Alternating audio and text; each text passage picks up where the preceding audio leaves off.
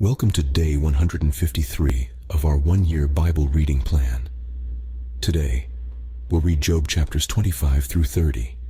Before you begin, remember that it helps to establish a daily reading time. Begin with a short prayer, asking the Holy Spirit for wisdom and understanding. Always read for understanding and to hear from God, not just to finish today's reading. Please like, subscribe, and share this video to bless someone else. Now let's begin. Job chapter 25, verse 1. Then Bildad the Shuhite replied, Dominion and awe belong to God. He establishes order in the heights of heaven. Can his forces be numbered? On whom does his light not rise? How then can a mortal be righteous before God? How can one born of woman be pure? If even the moon is not bright, and the stars are not pure in his eyes, how much less a mortal, who is but a maggot, a human being, who is only a worm. Job chapter 26, verse 1. Then Job replied, How you have helped the powerless, how you have saved the arm that is feeble. What advice you have offered to one without wisdom, and what great insight you have displayed. Who has helped you utter these words, and whose spirit spoke from your mouth? The dead are in deep anguish, those beneath the waters and all that live in them. The realm of the dead is naked before God. Destruction lies uncovered. He spreads out the northern skies over empty space. He suspends the earth over nothing. He wraps up the waters in his clouds, yet the clouds do not burst under their weight. He covers the face of the full moon, spreading his clouds over it. Verse 10. He marks out the horizon on the face of the waters for a boundary between light and darkness. The pillars of the heavens quake, aghast at his rebuke. By his power he churned up the sea.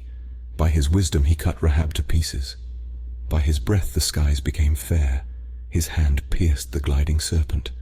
And these are but the outer fringe of his works. How faint the whisper we hear of him.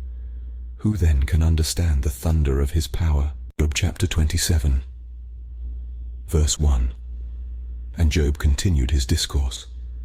As surely as God lives, who has denied me justice, the Almighty, who has made my life bitter, as long as I have life within me, the breath of God in my nostrils, my lips will not say anything wicked, and my tongue will not utter lies.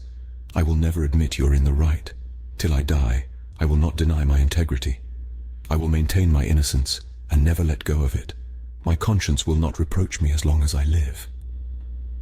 May my enemy be like the wicked, my adversary like the unjust. For what hope have the godless when they are cut off, when God takes away their life? Does God listen to their cry when distress comes upon them? Verse 10. Will they find delight in the Almighty? Will they call on God at all times? I will teach you about the power of God. The ways of the Almighty I will not conceal. You have all seen this yourselves. Why then this meaningless talk? Here is the fate God allots to the wicked, the heritage a ruthless man receives from the Almighty.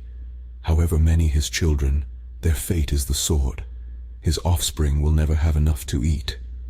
The plague will bury those who survive him, and their widows will not weep for them.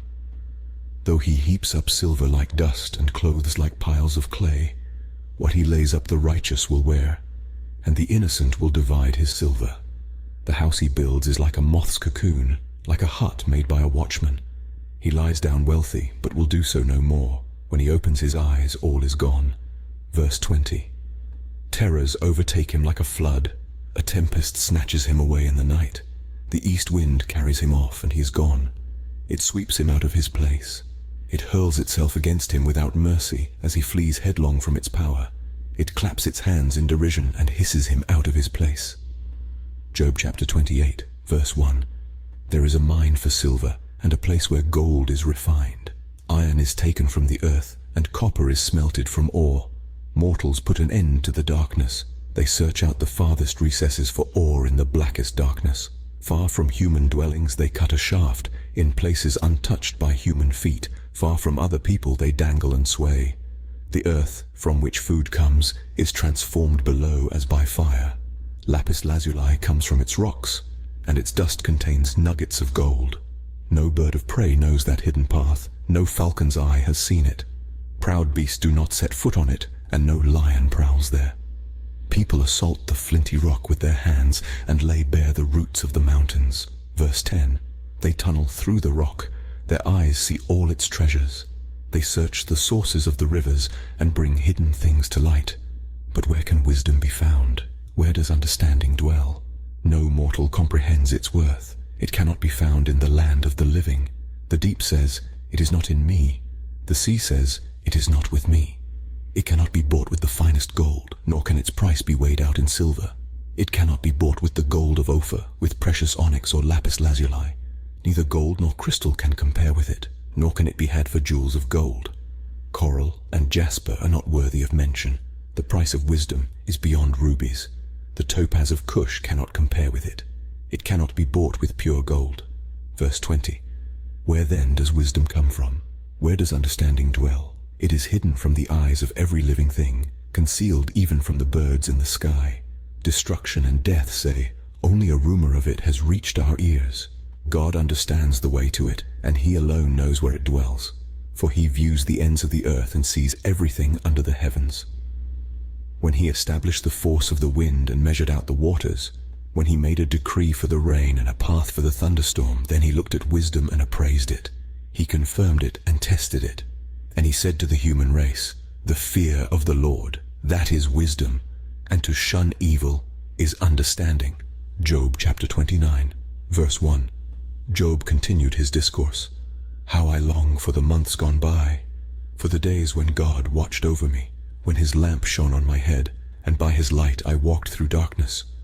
Oh, for the days when I was in my prime, when God's intimate friendship blessed my house, when the Almighty was still with me and my children were around me, when my path was drenched with cream, and the rock poured out for me streams of olive oil.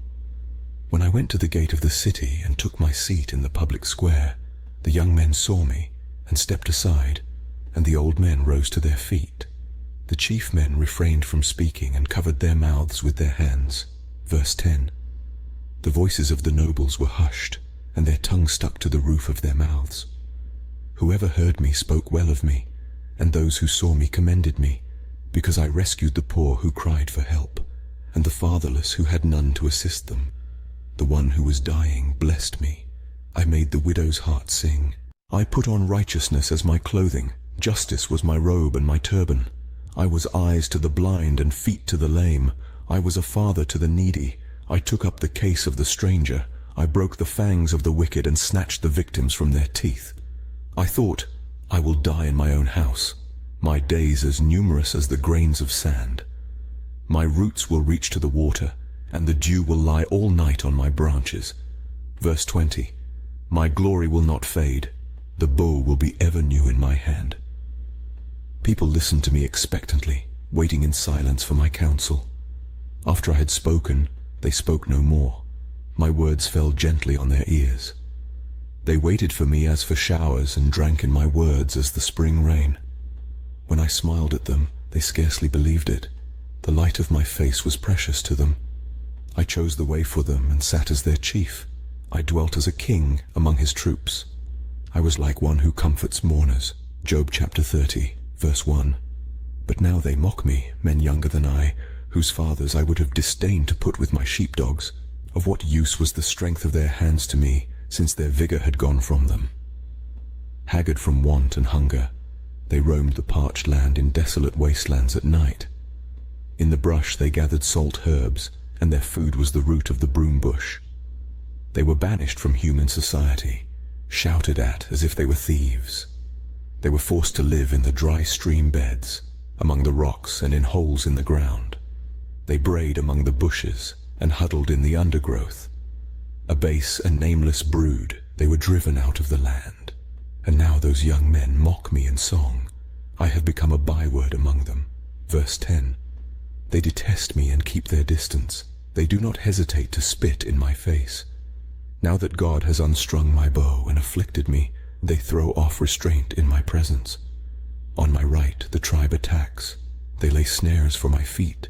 They build their siege ramps against me. They break up my road. They succeed in destroying me. No one can help him, they say.